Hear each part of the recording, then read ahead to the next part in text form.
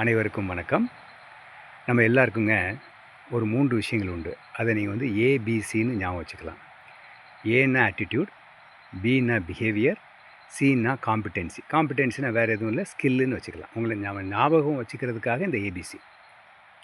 ஆனால் இந்த ஏபிசிக்கும் ஞானத்துக்கும் எந்த வித சம்மந்தமுமே கிடையாது. நேரடி தொடர்பு கிடையாது. இப்போ ஆட்டிடியூட்னா நம்ம என்ன சொல்கிறோம், ஒரு கண்ணோட்டம் அப்படின்னு சொல்லுவோம். இப்போ உணவு எடுத்துப்போமே, ஒரு அசைவ உணவு அல்லது சைவ உணவு 2ஆக இருக்குது. நீங்கள் வந்து உங்கள் கண்ணோட்டத்தை பொறுத்து நீங்கள் சைவத்தையோ அசைவத்தையோ நீங்கள் எடுத்துப்பீங்க. இப்போது சில பேர் வந்து ஜீவகாருண்யம் அப்படிங்கிற கண்ணோட்டத்தில் பார்த்தா அது ஒரு ஜீவன், அதை நம்ம வந்து இம்சை பண்ணக்கூடாது அப்படின்னு சொல்லி நீங்கள் அதை வந்து சைவத்தை நீங்கள் வந்து விரும்புவீங்க இல்லையா? புலால் மறுத்தல் அப்படின்னு வள்ளுவரே எழுதியிருக்காரு. இன்னொன்று வந்து நீங்கள் வந்து இன்னொரு பார்வை இருக்குது. நான் வெஜிடேரியன் அப்படின்னா அது இறந்தக்கப்புறம் அது வெஜிடேபிள் தானே. நீங்கள் கேரட்டை கட் பண்ணுறீங்க, அவன் ஆட்டை கட் பண்ணுறான் அல்லது கோழியை கட் பண்ணுறான்னு அப்படி ஒரு பார்வையும் இருக்குது. அப்போ இதுதான் கண்ணோட்டம். இதுவுமே வந்து ஞானத்துக்கும் இதுக்கும் சம்மந்தம் கிடையாது. ஆட்டிடியூட் அப்படிங்கிறதும் நம்ம அப்படி சம்மந்தம் கிடையாது. பிஹேவியர் எடுத்துக்கோங்களேன். பிஹேவியரில் வந்து இப்போ எனக்கு ஒரு உதாரணத்தை சொல்கிறேனே, எப்படி நடந்துக்கணுங்கிறதுக்கு.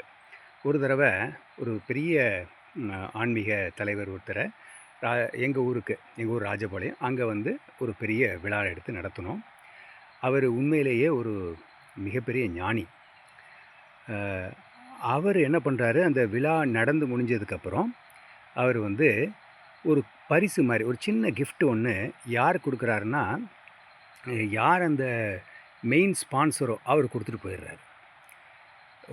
உண்மையாக சொல்லணுன்னா எனக்கு ஒரு நன்றி சொன்ன மாதிரியும் எனக்கு ஞாபகத்தில் இல்லை. எனக்கு வந்து ஒரு பரிசை கொடுக்கணுங்கிற மாதிரியும் இல்லை. ஆனால் ஆனா முதற்கொண்டு கடைசி என்ன எழுத்து தமிழில் இக்கண்ணா வரைக்கும் அதை வந்து நான் எடுத்துகிட்டு போகிறேன்.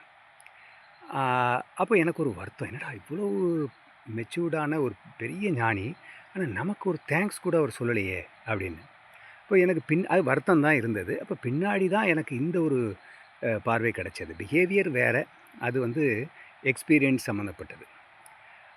அடுத்தது வந்து காம்பிடென்சினா நான் சொன்ன மாதிரி ஸ்கில். சில ஞானிகளுக்கு சைக்கிள் கூட ஓட்ட தெரியாது, சில ஞானிகள் வந்து விமானத்தையே ஓட்டுவாங்க. அப்போது அது ஸ்கில் வேறு. அப்போ இந்த 3க்கும் ஞானத்துக்கும் ஒரு ஞானியை வச்சு இந்த 3உடைய பார்வையில் லென்ஸில் வச்சு பார்த்தோன்னா மிஸ் பண்ணிடுவோம். ஞானம் வேறு, கம்ப்ளீட்லி டிஃப்ரெண்ட். அப்புறம் எதுக்குங்க ஞானம்?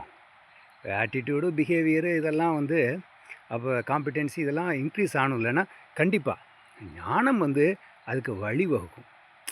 நீங்கள் ஏன்னா சில தடைகள் வந்து இன்னர் ஸ்ட்ரகிள் இல்லாதனால ரொம்ப எளிமையாக நாம் வந்து இந்த 3ஐயுமே இன்க்ரீஸ் பண்ணிக்க முடியும், வளர்த்துக்க முடியும். ஆனால் அதுவும் அனுபவம் சார்ந்து தான். அனுபவம் வர தான் வரும். ஒரு தடவை நம்ம பகவத் ஐயாட்ட ஐயாவுடைய தன்மைகள் அதை பற்றி கேட்குறப்போ ஐயா சொன்னது அதுதான்.